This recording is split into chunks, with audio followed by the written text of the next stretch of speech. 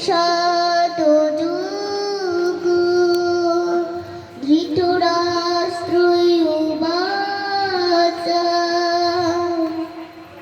ধর্মক্ষেত্রে কুরুক্ষেত্রে সমবেতাयुत्सवः मम कः पाण्डवः चैव किम कुर्यात् सञ्जय सञ्जय उवाच दृष्ट्वा तु पाण्डवानिकं मृतं दुर्योधनस्तदा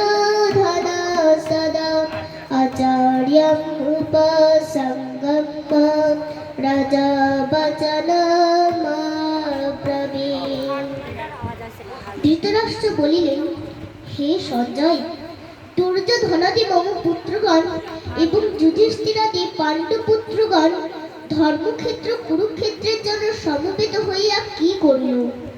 সঞ্জয় বলিলেন, হে রাজন, তখন পাণ্ডব সৈন্যগণকে গুচ্ছ দ্বারা সজ্জিত দেখিয়া রাজা দুর্যোধন গুরু আচার্যের নিকট গিয়া কহিলেন, পশ্যেতাম পাণ্ডুপুত্রাণাম আচার্য মহতীম যুবাম মৃতম দ্রুপদ পুত্রেণ তব শীর্ষেন্ধিবতা উত্তরসূরা মহেশ্বচ্ছা বিমার্জুন সমায়ুধি উত্থান বিরাটশ্চ দ্রুপদশ্চ মহারথা ধৃষ্টকেতুশ্চ কেতন কাশীরাজস্তের্যবান পুরুজিত কুন্তিভোজশ্চ শৈবয়শ্চ নরপুবঃ উদামন্যস্মিত্রত্ব উত্তমোজাস্তের্যবান সুভদ্র দ্রৌপদীশ্চ সর্ব এব মহারথা অস্মাকন্তু বিশিষ্ঠায়ে তন্নিবোধো দুজোত্তম নায়িকা মম সৈন্যসু সঙ্গতার্থং তান প্রমিতে ভবান ভীষ্মশ্চ কর্ণশ্চ কৃপশ্চ সমেতিঞ্জয়া অশ্বত্থামা বিকর্ণশ্চ সমাদত্তে জয়দ্রথা। হে আচার্য, আপনার বুদ্ধিমান শিষ্য দ্রুপদ পুত্রের সহিত এই বিরাট সেনাদল দেখুন। এই সেনাদলে ভীম ও অর্জুনের মহাধনুর্ধর বীরেরা আছেন। মহারাজ সাত্যকী, বিরাট এবং মহাবীর দ্রুপদ, ধৃষ্টকেতু, চেকিতান, মহাবীর্যশালী কাশীরাজ, পুরুজিৎ, কুন্তিভোজ, নরশ্রেষ্ঠ শৈব, পরাক্রান্ত যুধামন্যু, বীর্যবান উত্তমৌজা, সুভদ্রানন্দন অভিমন্যু এবং দ্রৌপদীর পঞ্চপুত্র, এই সকল মহারথী বর্তমান। হে দ্বিজবর, আমাদের সেনাদলে যে সকল সেনাপতি রহিয়াছেন তাহাদিগকে জানিয়া রাখুন। আপনার গোচরার্থে তাহাদিগের নাম বলিতেছি। আপনি নিজে, পিতামহ ভীষ্ম, রণশালী কৃপাচার্য, অশ্বত্থামা, বিকর্ণ, সোমদত্তপুত্রা ও জয়দ্রথ। সোমদত্তপুত্রা, এখানে সোমদত্তপুত্রা কথার মানে কি?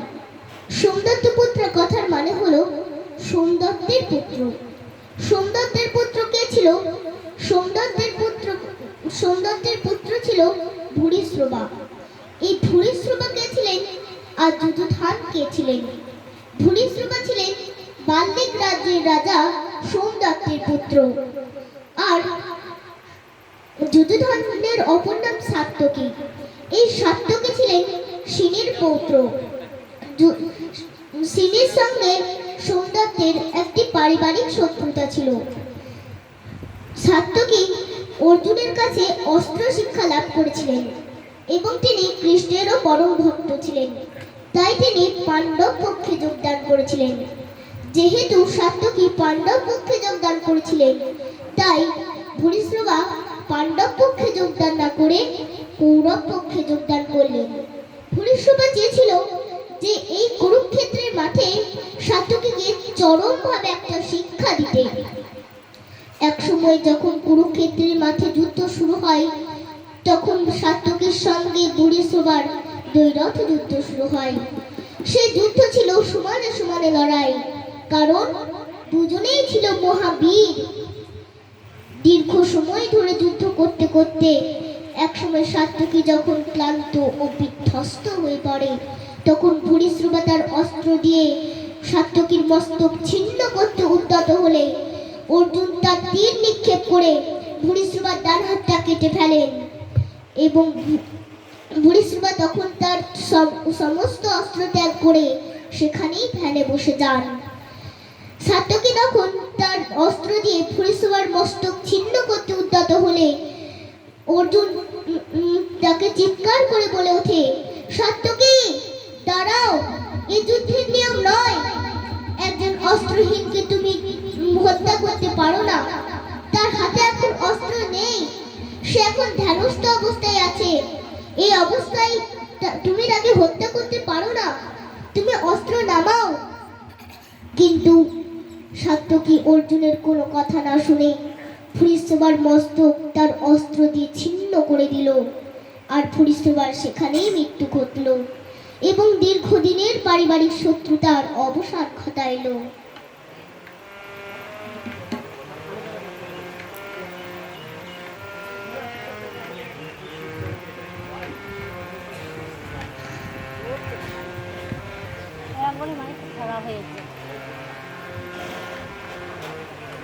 अच्युतं केशवं कृष्णदासं